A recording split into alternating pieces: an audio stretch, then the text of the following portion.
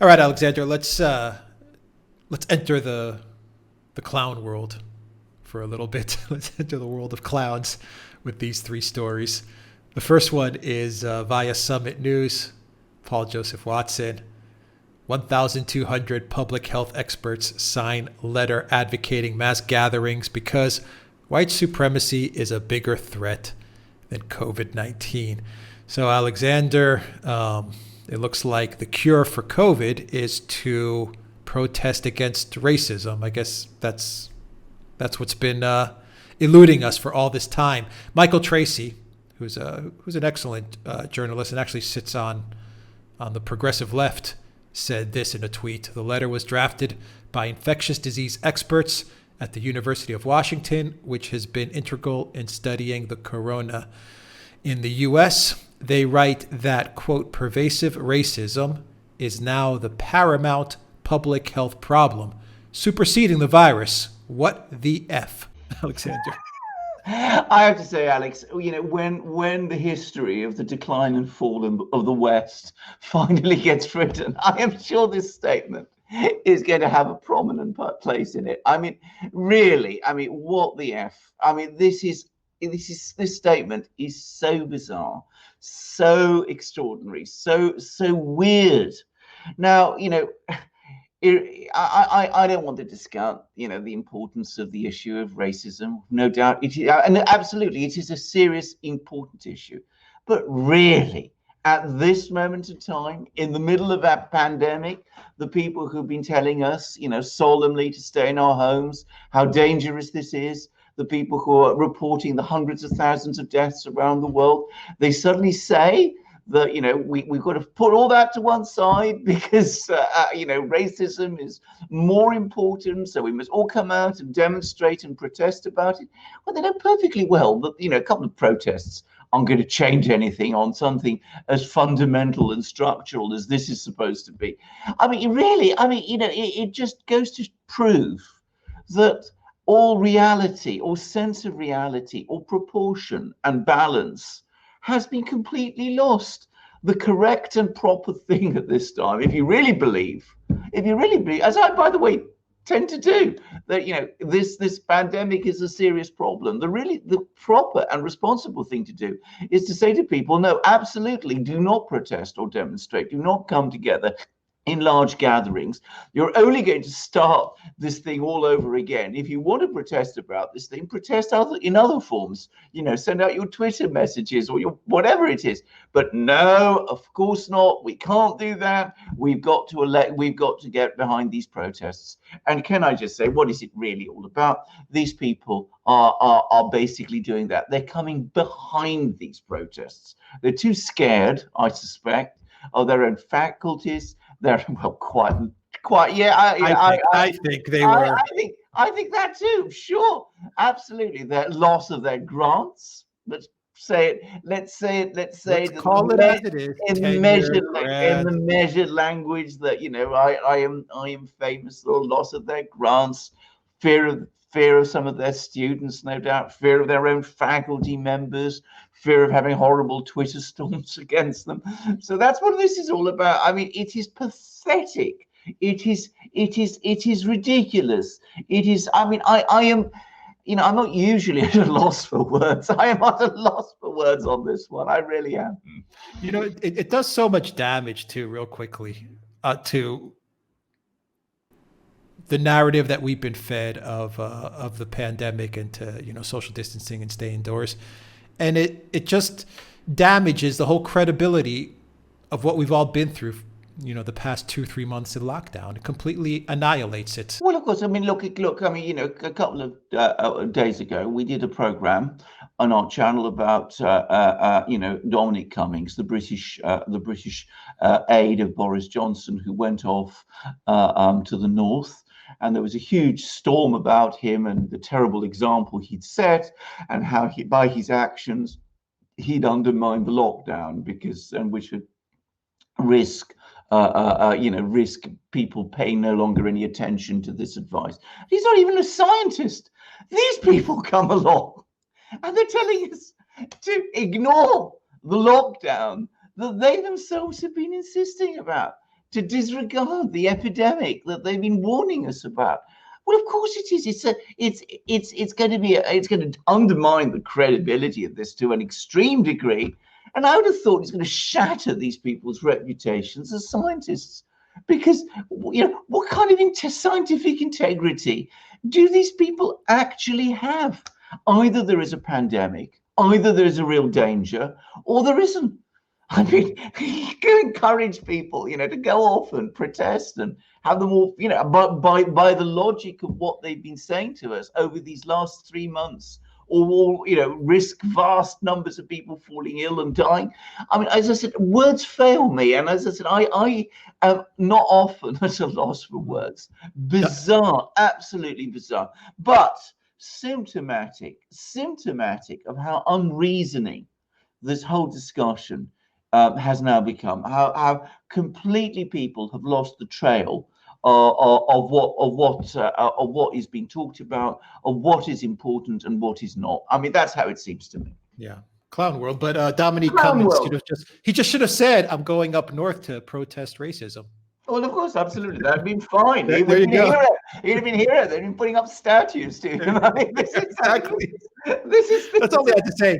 Absolutely. Don't worry, I'm not going to spread the virus because I'm going up to protest racism. Correct. So, correct. Absolutely. He's perfectly safe. I mean, I have to mention here because, of course, I mean, the vitriol that was directed at him because of what he did. One person driving up to north of England in that way, and maybe he did wrong. I think he did wrong, but I mean, the fact is, we have 1,200 doctors, medical people, scientists telling us, it's not that important after all. More important to come out and protest because, I mean, I just don't know what to say. I mean, I'm just at a loss to know what to say. Follow the money. Follow the money. Like you said, follow the money. That's why that's where you'll find out the real reason for them signing this thing. But let's move on to the next clown world story, which is the Skripals have popped up again. They're living anonymous lives in New Zealand. From Sunday Times, the Sunday Times, real quick. They broke the story, actually. The former Russian spy, Sergei Skripal, and his daughter, Yulia, have begun a new life in New Zealand, according to a senior government sources. A week before the broadcast of a BBC drama telling the story of those caught up in the Novichok nerve agent attack in Salisbury in 2018, it has emerged that the pair have moved overseas after living for more than a year in an MI6 safe house. A senior government source with knowledge of the risk assessment carried out on the couple at the time of the move said the Skripals had been given new identities and support to start a new life. So, new identities, new support. Our viewers in New Zealand, you may be living next to the Skripals. Anyone out there in New Zealand, let us know if the Skripals, if Yulia and Sergei are living next door to you. Indeed, if there's somebody turns up with a strange East European accent, who knows? They might be the Skripals. I mean, again, one word of caution. I mean, we've got to be very careful before we assume that this story is necessarily true. All kinds of things have been said about them, and not all of them, to put it mildly, have turned out to be true.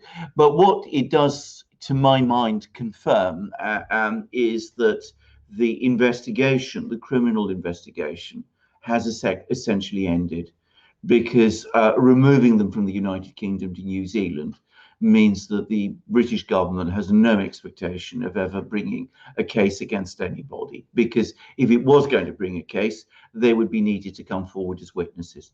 Note, Alex, neither of them has said anything in public since Yulia Skripal did that extraordinarily controlled, program event in, was it 2 years ago, in front of British television? This bizarre video, which looked, I thought, so extremely spooky and eerie, in which in a garden in which everything that she said had been incredibly controlled.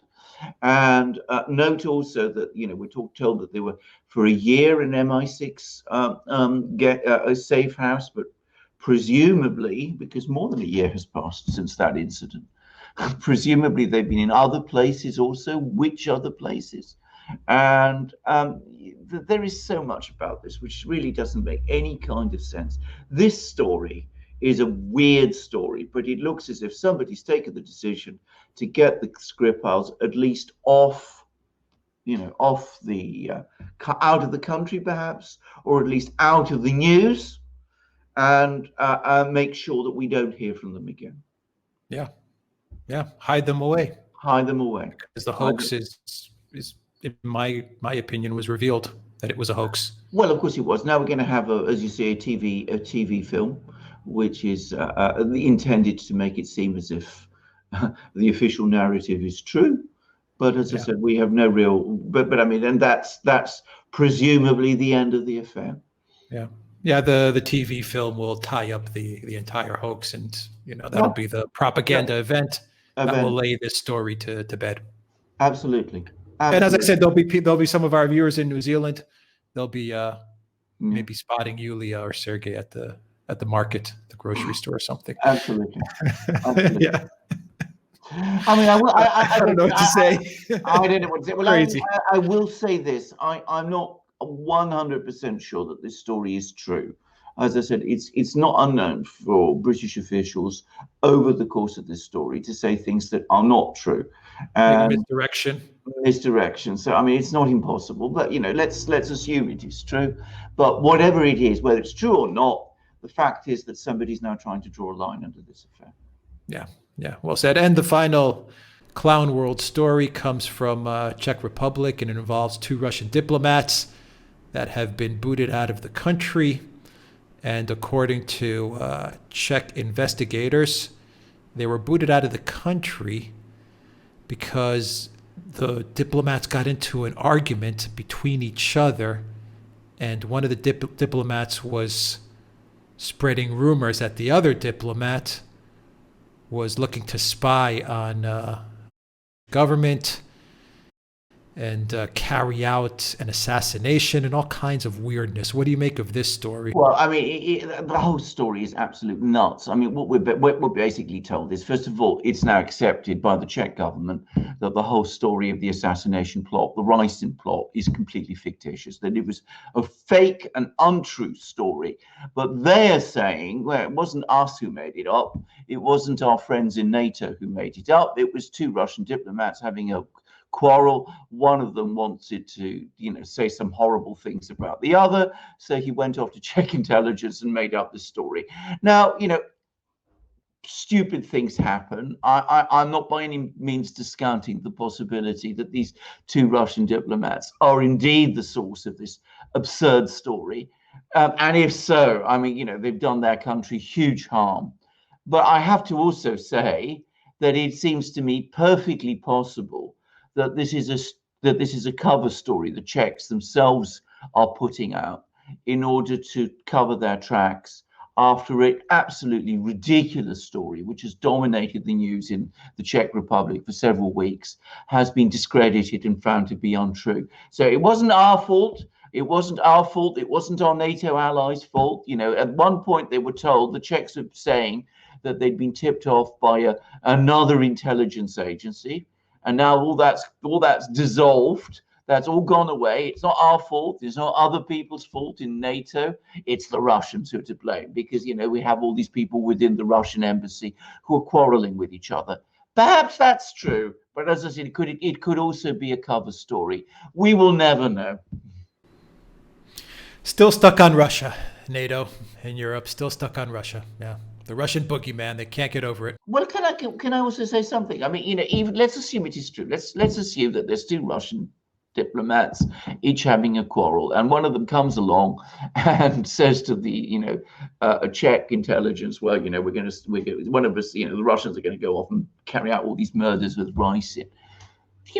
Czech intelligence takes this nonsense seriously. It doesn't, look into it or verify it or ask the Russians about it.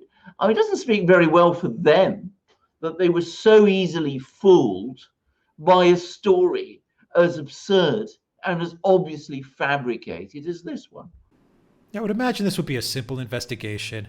I would imagine that they would definitely go to the Russian embassy and the Russian government and see what's going on. and they would get to the bottom of it pretty quickly. But, expelling the diplomats, and even if it was true that they were in a fight and the one guy was trying to get the other guy in trouble, so to speak, that would be something that the embassy would handle, wouldn't it be? I mean, I would imagine the Czech Republic would say, look, Russian embassy, get your guys in order. These guys are a bunch of buffoons. Handle it. Absolutely, that's exactly what they would do. I mean, as I said, the whole story is nonsense. Now, as I said, it's possible. People can be horribly bitchy towards each other. So, I mean, I'm not discounting that theory completely. I have to say, it does look to me more like a cover story. Somebody got, as I said, extremely embarrassed in the Czech Republic. It all turned out that they'd been peddling for weeks something that was completely made up. So rather than come forward and admit that they made a terrible mistake and that this mysterious other intelligence agency that tipped them off had got it all completely wrong, so much easier to blame the Russians and to expel 2 diplomats as a way of throwing the blame back on them. I mean, that seems to me actually the more plausible explanation for this story than the one the Czechs are giving. I mean, I have to say something else. For a Russian diplomat to go along and talk to Czech intelligence and spread stories about one of his colleagues on this kind of scale, I mean, that's a pretty reckless thing for a diplomat to do. I mean, you'd have thought a diplomat, and Russian diplomats tend to be very highly trained people, would know a lot better than to do something like that. I mean, if there's any truth to that story, and you can be sure the Russians are going to investigate it, that's going to land this person in very serious trouble. So maybe it's what happened. I suspect not. Yeah, it's a very unusual story, but we just laid out 3 very unusual stories, so we'll leave it there, Alexander. Well, it's a funny old world, as Margaret Thatcher once said.